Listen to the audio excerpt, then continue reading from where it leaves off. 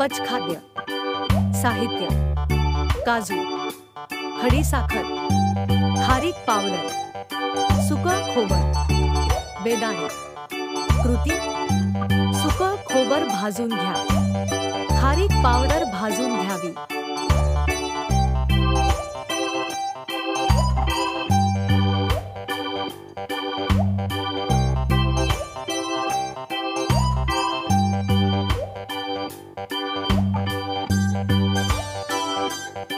खारीक, खोबर, काजू, खडीसाखर, बेदाणे सर्व साहित्य एकत्र करून घ्या। खडीसाखर मिक्सर मधून फिरवून बारीक करून घ्या। वेलची पूड, तीत पौष्टिक व गणपतीचा आवडता खाऊ।